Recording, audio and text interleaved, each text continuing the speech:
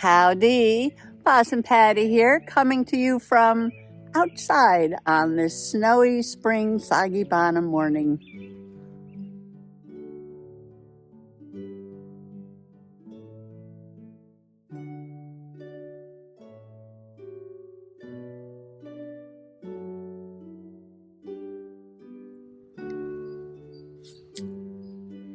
Some ice on my trail cam. And I'm actually happy for this weather because I planted the butterfly weed and they need vernalization, which means they need a little bit of cold before they'll sprout again. So we had a couple of cold nights and now a touch of snow. So I hope they're happy and I hope they'll spring up. Make beautiful butterfly weeds for the monarch butterflies.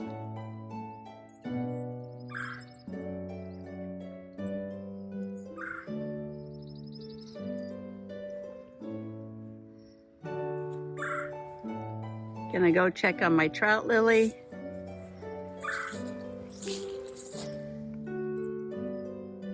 And no one's eaten it yet.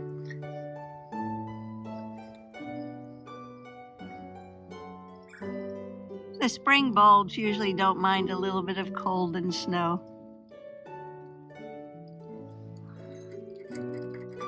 Checking on my sweet peas and no, nothing's come up yet. What's this? Don't need that. I'm gonna check the other side. Careful of the ice and snow. And no, nothing's popped up here yet either.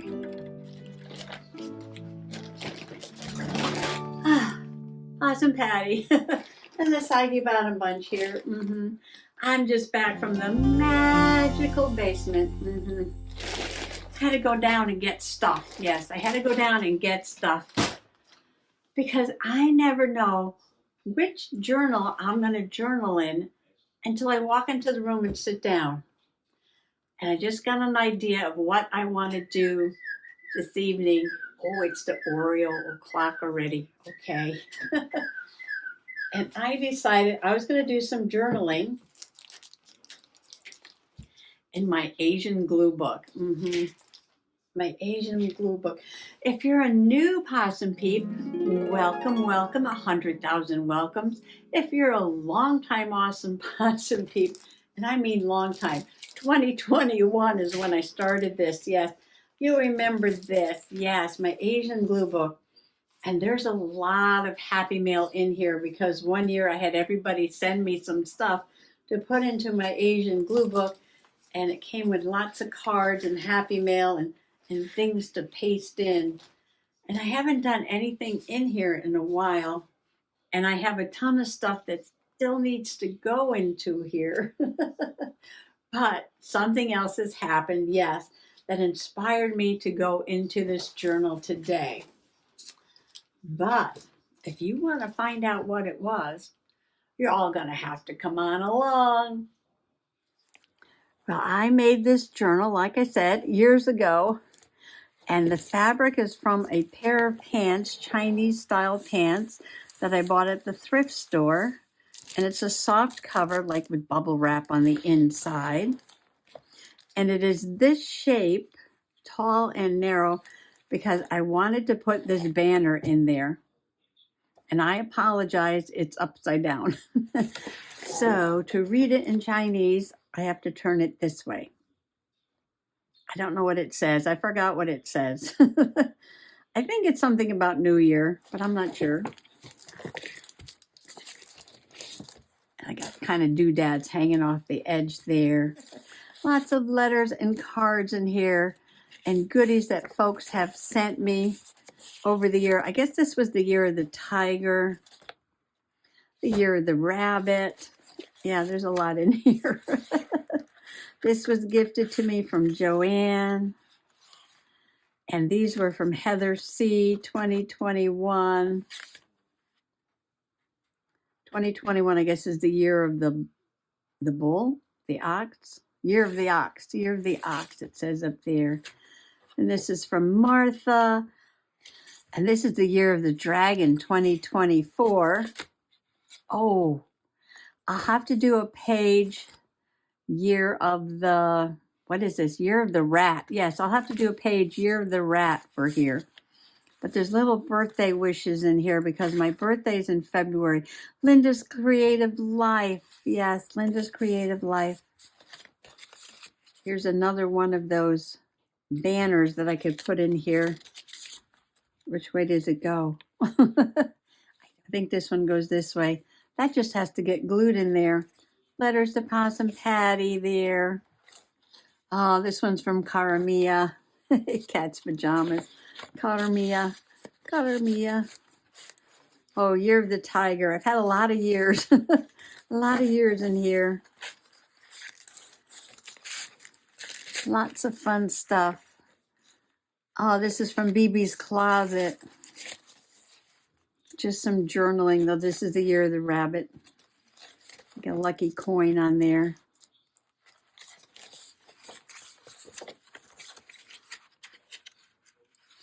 A card from Denny.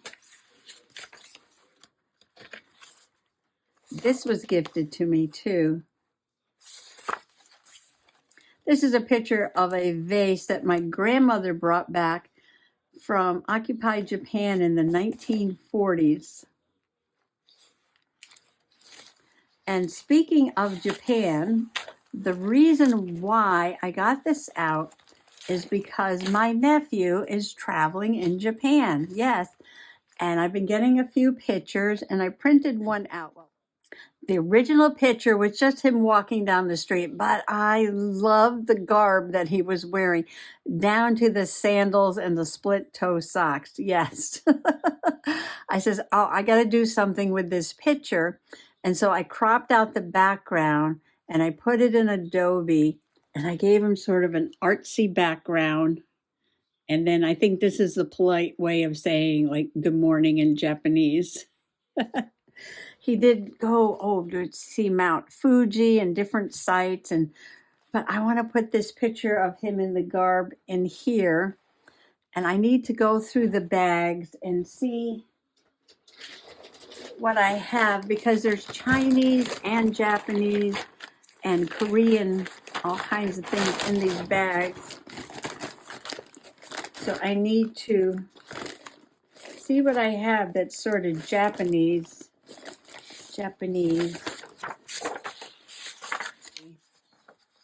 I'm thinking these are Chinese. This is like steampunk Japanese. Ooh, I could use some of those on a page, right? Steampunk Japanese. Origami papers. Oh, little kawaii kittens. Those are cute.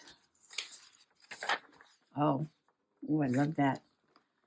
Happy New Year. That's probably Chinese. Oh, some more of those papers. This is a printable. Well, now. This might be interesting.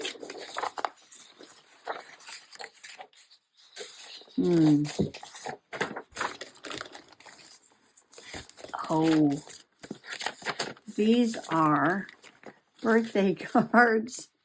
This one's from Rachel, my precious Rachel, yes. And these need to go in the journal from years ago. And there's some scraps in here too. Okay.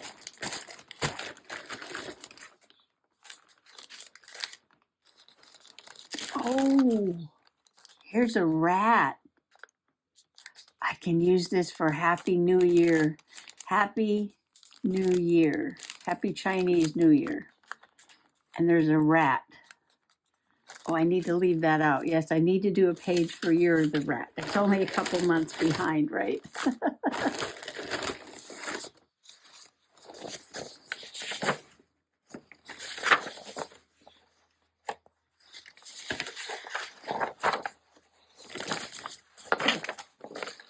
Oh, here's Mount Fuji.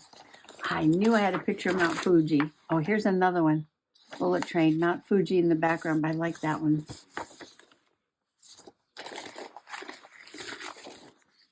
I'll find out more about what he saw when he comes back, but I know he went to Mount Fuji, and I have that one picture. And I have some pretty background papers here. And I'm loving right now this orange and coral. I like this too. Let's see. Oh, here's some more of that paper. I gotta narrow this down. I gotta narrow this down. I might go with this. It's really hard to plan a page that's this tall and this narrow, yes. And I'm talking about, say, 5 by 10, almost 11. 5 by 11. That's narrow and tall. Narrow and tall. So we go back to the beginning.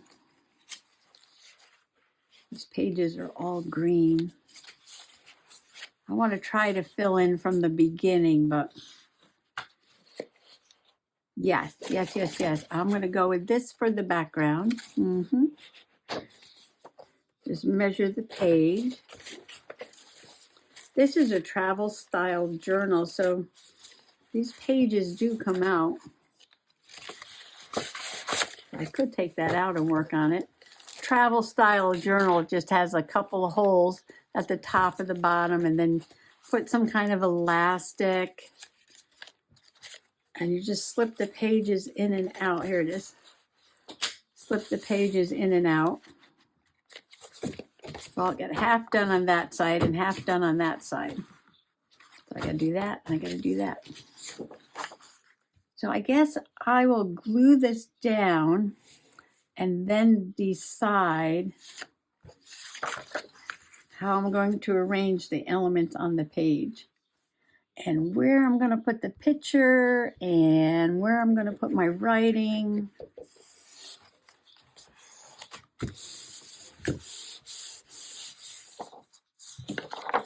See, something like this should sit at the bottom of the page.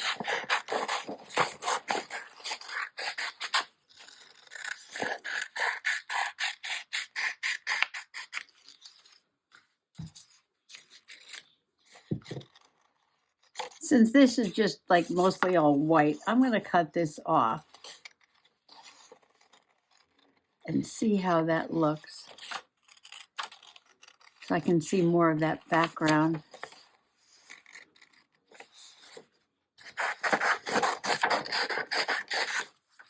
I don't know if I want to add more.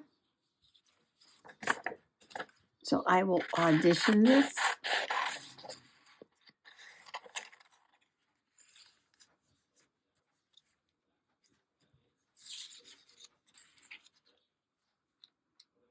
I love this. This to me is a little too bright for what's going on. I don't know. It's just not doing anything for me, the lantern. But I don't know how this is going to look if I cut the lantern out. Oh, where am I going to put Mount Fuji? Where am I going to put Mount Fuji? I could put the picture of Mount Fuji on another page with a picture of him with Mount Fuji on another page, right? And this can just be focusing on the fact that he's wearing such a wonderful garb. Like that, yeah. And I can just journal right on the page. All right, I'm going to get all this glued down and do my journaling. I've got everything glued down. Came out really nice. Got his picture. I put love the garb. And I decided to do some vertical writing here. April 2025, Nick and friends visit. And then I was going to put Japan over there. And then instead of writing, I thought, well, maybe I'll cut the letters out of some paper And as I was looking for a piece of paper, I said to myself, you have a stash of stickers. Yes, shop the stash. Shop the stash. And so I pulled some out here. And I think I want to use the colored ones. I was hoping I had blue ones. Some of these are blue, but not all of them. Or maybe I have blue ones. Let me look. I did use a bunch of these to label the drawers on my organizers when I was organizing. Oh, I love that pea. I guess I could mix and match. See what I have in blue.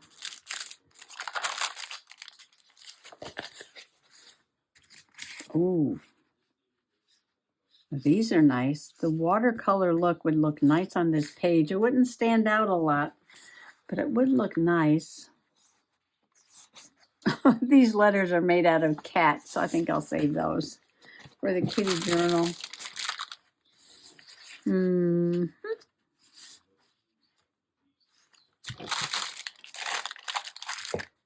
Maybe I should stick to some softer colors. I know they're not going to pop out, but that's going to be okay.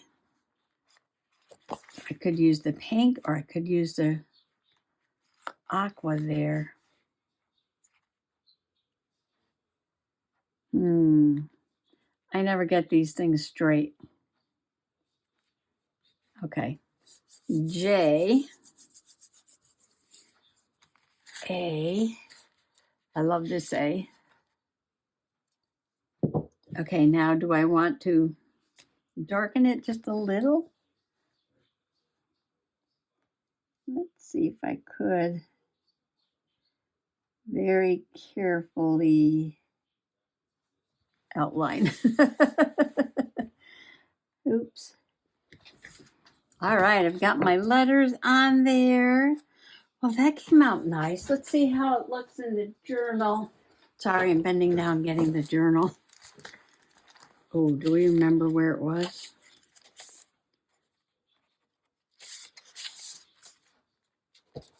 There. It was right here. Let's see, I'm gonna get this in here without knocking anything out. There we go. Yes. These two pages were across from each other, I know, because they're both from Heather C. So there we are. Yay, I got a page done in my Asian glue book. Yes. An actual journal page, too. And I could do another one about him visiting Mount Fuji. And Chinese Year of the Rat. Well, you might be seeing this journal popping in and out, yes. Sitting on the shelf unfinished way too long. I made the band from the elastic on the pants that I made the journal out of. Well, thanks for coming along today for a little Asian glue book fun. Happy junk journaling. Bye-bye. Red Feather, Chapter 6, The Baron's Castle. Today, the old woman's house was empty, but there was a fire burning, and the white wool shawl hung over a chair by the hearth.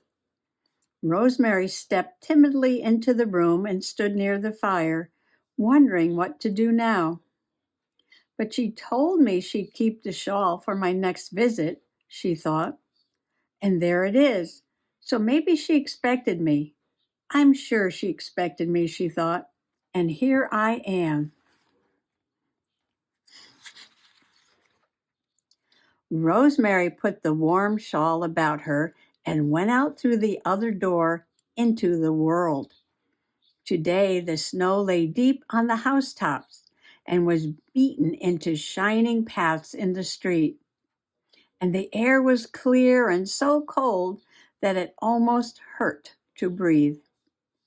But after 3 breaths of that sparkling air, Rosemary felt gay and light, so light that she hit her feet down with little crunches on the path in order to be sure she was walking and not floating in some lovely new way. The door of one of the houses swung open, and the sweet, thick smell of baking bread floated out. Lisa stepped out after it, wearing a red cape with a hood and carrying a basket filled with crisp new loaves of bread. Rosemary shrank back a little when she saw her, because it is hard to believe that you had looked like a rope of poppies when you had not felt like a rope of poppies. But Lisa smiled at her. "Hello, Rosemary," she said. "Hello, Lisa," said Rosemary. "Come along with me," said Lisa. "I'm going to the Baron's castle. The Baron's daughter is to be married tomorrow, and I am bringing these loaves and a linen tablecloth my foster mother spun and wove herself for a wedding gift." Rosemary walked along beside Lisa, crunching her feet down on the shining snow because she began to feel light again. The cold air, happiness, oh, how light she felt. "Where's the Baron's castle?" she asked, more because she wanted to talk than because she was curious. One direction or another, what did it matter in the white world where she belonged? Some day she would find the cradle and those from whom she had been stolen, and they would know her, and she would know them. "The Baron's castle is beyond a way," said Lisa, "past the woodcutter's hut that is at the end of the village and on the edge of the forest." "The woodcutter's hut," said Rosemary, for some strange reason feeling that she would like to hear more. "No one has lived there for as long as I can remember," said Lisa, "but Gretel says that once a woodcutter and his wife lived there." "Who is Gretel?" asked Rosemary. "My foster mother," said Lisa. Rosemary saw that Lisa's words floated away in wreaths in the cold air. She took a deep breath and breathed it out, and there it floated away from her, quite free of her. You should say beautiful words, songs, she thought, because they float away in the air like wreaths of flowers. "Sing something, Lisa," she said. So Lisa sang in a shrill little voice. "The house cat curls by the warm fire, half awake, half asleep. He stares at the flame till his round eyes tire. The bird in the cage sings peep." Rosemary sang, "The fawn in the forest stands listening, listening. Snow slips from the tree. The fawn watches, his bright eyes glistening. The fawn bounds free." They had come almost to the end of the village, and they walked along between flashing trees, bare trees armored in ice. After a while, down through the avenue of flashing trees, they saw the beginning of the forest, the thin young trees, the small pines, white and shining, and beyond them the thick forest, green under the weight of snow on the branches and casting green shadows on the ground. And there was the last house in the village, with smoke going up from the chimney, like the song Lisa had flung in wreaths on the cold air.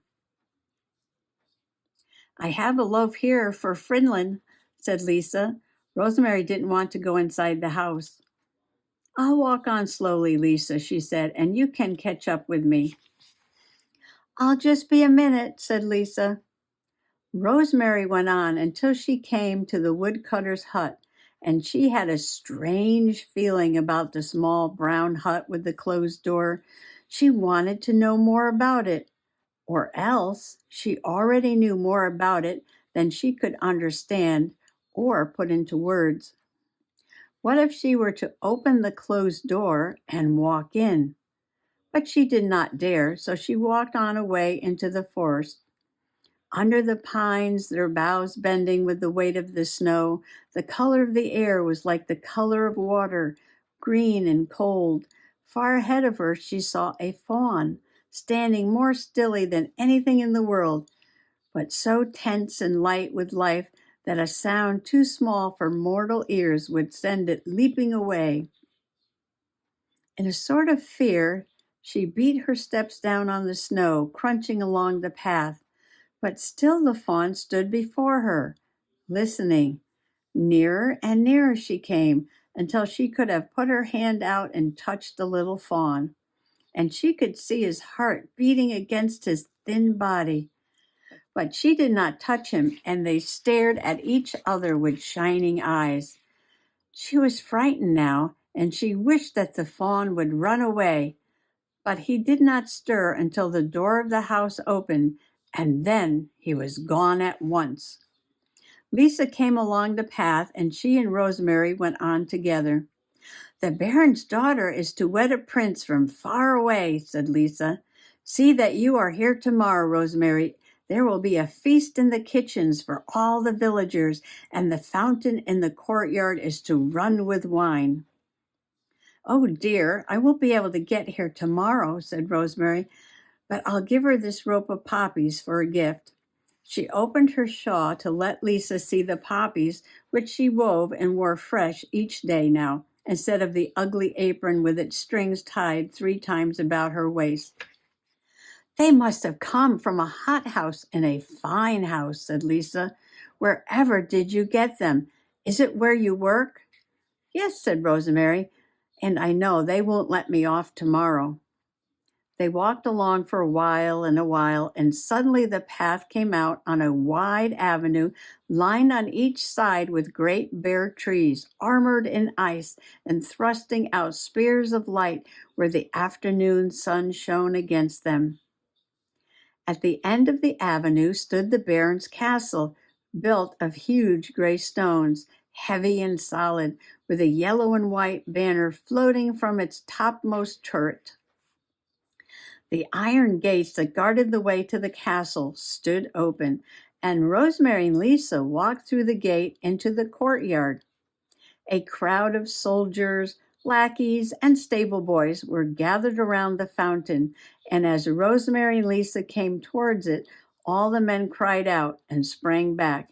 Yes, there was rich red wine spurting into the air and falling back into the basin of the fountain. The wine played for a moment and then ceased, and the soldiers, lackeys, and stable boys pressed forward and scooped up the wine with their hands and drank, and the red wine ran down their faces.